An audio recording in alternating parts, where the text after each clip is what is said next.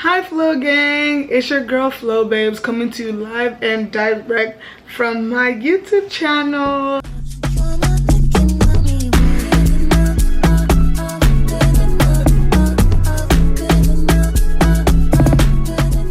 How are you guys doing today? Like, let me know in the comment section how you're doing. I genuinely want to know, like, how's your day going? If your day's not going so good, let me know why. Who do I need to fight? Let me know, because I'll be ready. A problem shared is a problem half solved. You never know who might help. People in the comment section might even be able to help you with your issue. You just never know. Okay? But anyways, welcome back. I decided to wear green today because I'm going to be talking about money. You get it? Green, money, dollars, green. Okay, whatever. I hope y'all get it. So, like I said, I'm going to be mentioning money. What about money do you ask? Well, if you're not aware, I went to 7 countries in 3 weeks, and people are always asking me how much did I spend, how much did it cost me. I'm just gonna let you guys know right now, it cost a pretty penny, like an arm and a leg. But I'm gonna walk you through what I spent for each and every aspect of this trip. I even have my notebook here to go through it and make sure I get the numbers correct. So we're gonna start off with the flights. I took 12 flights in 3 weeks. As in, I was on the plane back to back to back to back for like 12 times. Honestly, I was tired, but it was worth it. I love traveling, so it wasn't really that bad for me. But I know somebody else wouldn't really find it that easy. That's why I recommend. This 3-week trip should have been 3 months, but whatever. I'm crazy, so don't be like me. Houston to Bali round trip ticket cost me $1,672.60. Then I went from Bali to Malaysia, and that cost me $1,472,500 Indonesian rupiah. And that was a 3-hour non-stop flight, which was actually $90.54. From Kuala Lumpur, Malaysia to Siem Reap, Cambodia, it cost me 229 ringgits, which is the Malaysian currency. That was about $48.01, and that was a non-stop 2-hour flight. For a non-stop 1-hour flight from Siem Reap to Hanoi, Vietnam, cost me $108.17. For a non-stop 2-hour flight from Hanoi, Vietnam to Bangkok, cost me $99.62. For a 1-hour non-stop flight from Bangkok to Phuket, cost me $32.18. For a 4-hour layover flight from Phuket to Bali, it cost me $131.50.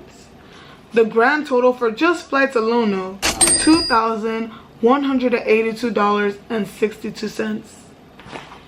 I can't believe, you won't even know how much you spend until you actually go back and calculate how much you spend. Because guys, I'm not gonna lie, when I was spending this money, it didn't feel like that much. It didn't. God wants me to be rich, because when I'm spending money, I don't calculate how much I'm spending. But I know I'm spending money, it's just I don't calculate it, which is really bad. Don't be like me. As you're spending money, be keeping tabs on what you're spending and making sure it's not going out of your budget, because this actually went way out of my budget. I actually budgeted about $1,500 for all 12 flights. So take it from me, make sure you're writing down what you're spending. Now we're gonna move on to accommodation. So for Dubai, like I said, I didn't plan on spending money on accommodation for Dubai, but I ended up spending money because I didn't reserve accommodation on time. Make sure if you're trying to do the whole layover thing in Dubai with Emirates, you call them latest 24 hours before your flight to let them know that you want to book accommodation. I spent $87.76 for 1 night in Dubai. I spent $134.01 for 1 night in Singapore.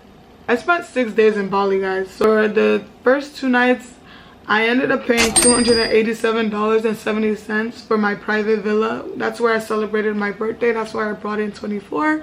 So I felt like it was worth it. The rest of the trip, I decided to just stay in an Airbnb in Ubud, and that cost me $75.21 for the rest of the trip in Bali. So that was about 4 nights. For Malaysia, I stayed at the Sunshine Beds Hostel, and that cost me about $25.55 for about 3 nights. I actually paid $4.02 before I even left the States Once I got to Malaysia, I paid the remaining balance of 101.50 cents in Malaysian ringgit. So I paid them in their currency once I got to Malaysia. For Cambodia, I spent 3 nights there. I paid $68.47. For Vietnam, I spent 3 nights there as well, and I spent $78.13. For Thailand, I split up my trip between Bangkok and Phuket. For Thailand, I stayed in Bangkok and I stayed in Nap Park Hostel. It cost me $36.36.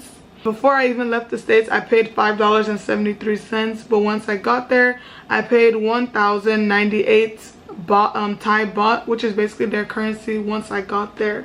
So like I said, cash is king. Make sure you have cash whenever you're going to Asia, because some of these places do require you to pay in cash. They don't take card. For Phuket, I stayed in Lubdi Hostel, and this cost me $68.07. I paid $10.72 before I even left the States. And then once I got there, I paid 2,073 Thai baht once I got there. That brings my accommodation to a grand total of $861.26. For excursions, I also paid a pretty penny. For Bali, I went to the Bali Zoo. That cost me $88.50. I also went ATV and whitewater rafting. That cost me $81.42. For pictures with the whitewater rafting, I paid $39.06. Not worth it. I wouldn't recommend. Bali swing, I paid $44.25. I did a cooking class in Bali, $22.13. I did spas. I went to the spa every other day in Bali. I paid $30.34 for the whole 6 days I was there. I went to the Gate of Heaven and I paid $69.99. I went to Tirtha Temple, which is basically a holy temple over there, and I paid $3.13 just for entry. For the sarong, I paid $1.57. When I went to Malaysia, I did activities as well. I paid for the Kuala Lumpur Tower, and that was $23.29. The Batu Caves were free, so that was $0. I did the hop on hop off bus tour. That was free, so I paid $0. And then that was all I did for Malaysia. I didn't do much there, because a lot of times I was just walking around the mall, walking around and seeing what they had to offer. Cambodia, I did a pottery activity. That was $33. I didn't think that was too bad, because in Houston I've been wanting to do pottery. I never got around to it because it's always $60 and up. So that was like a huge price difference for me. It was a steal for me. I did Angkor Wat in Cambodia as well, which was $15.85. That was just for them to like take me around and like, you know, see Angkor Wat. Before, like, when you actually get into Angkor Wat, they charge you another fee, which is like, I think like $35. So I basically paid for a tour guide, and then I also paid for the actual place itself. Once I got to Vietnam, I only did the Ninh Binh tour, which is where they take you out and you see Ninh Binh, which is another province in Vietnam. That cost $49.32. It's a full day activity. I'd highly recommend. It was amazing. The views were nice. That's where I met lifelong friends. I'd highly recommend. In Bangkok, I only did 2 activities. The Safari World, which is where I played with the orangutan or chimpanzee. I played with the monkey Sha and took videos with him. $96.58. The session only lasted like, I want to say like 5-6 minutes. If you're not really an animal person and you don't really care for it, I wouldn't recommend, because looking back on it, $96.58 to take pictures with a monkey is insane. That's crazy, but I would still recommend doing it just for the experience of it, but like I wouldn't do it again, to be honest. The floating market tour that I did in Bangkok cost me $23.14. Then from Bangkok I went over to Phuket and I did a Phi Phi Island tour, which is basically where you hop around different islands. It's actually called Phi Phi, but I don't know why I call it Phi Phi. I like Phi Phi. Anyways, I did Phi Phi Island tour. That cost 2,000 Thai baht, and translated to American dollars, that's $54.34. Then I went to the Madubois Cafe, which is where you take pictures with all these pretty lilies and you can get a drone shot and pictures. I opted for just the video. That cost me $30. If I had wanted to take pictures, I think that's an extra $30. So to get pictures and videos, that's like about just budget like $60. It's expensive.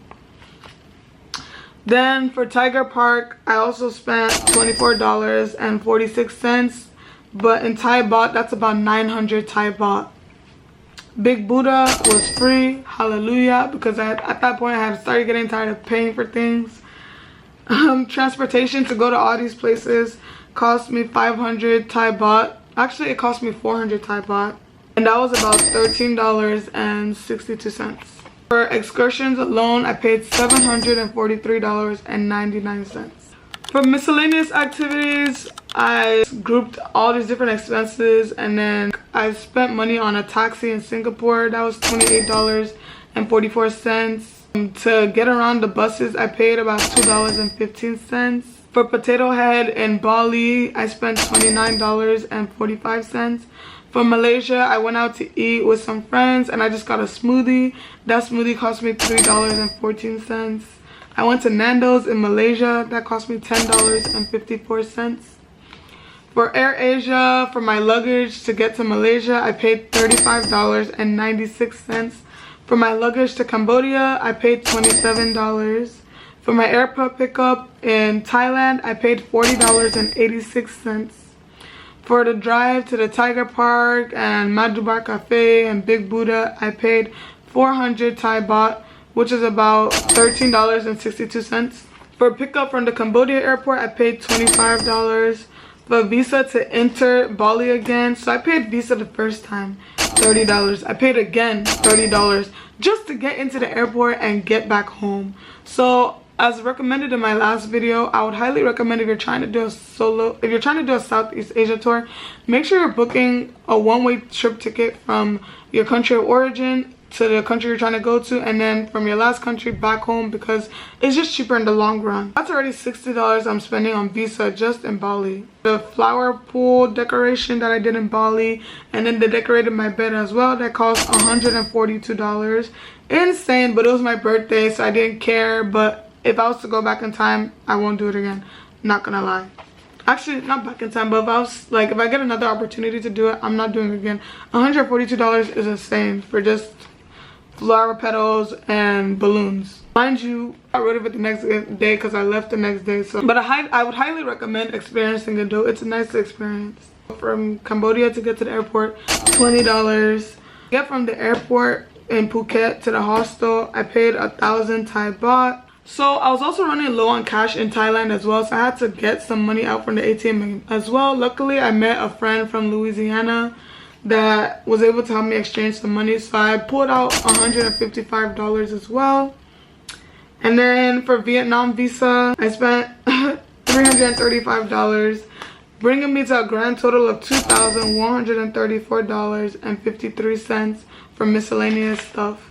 So from transportation to accommodation to miscellaneous to excursions, that brought me to a grand total of, drumrolls please. Can you hear my drum roll? Anyways, that brought me to a grand total of $5,991.38. Insane, mind-blowing. Honestly, in the grand scheme of things, that's not too crazy because I've seen people spend $5,000 on one country or on two countries. I spent $5,000 or $6,000 on 7 countries. Calculates it now, that's not even 1,000 per country. So I think I did pretty well. It's just that there's a lot of things I'll definitely go back in time and change if I had the chance to. I really hope that this price breakdown was of help to you guys. Let me know if you have any other questions. I would love to explain and to go into more depth if you need any clarifications on anything. I'll see you guys in my next video. Make sure you comment, like, subscribe, all that jazz. Ciao.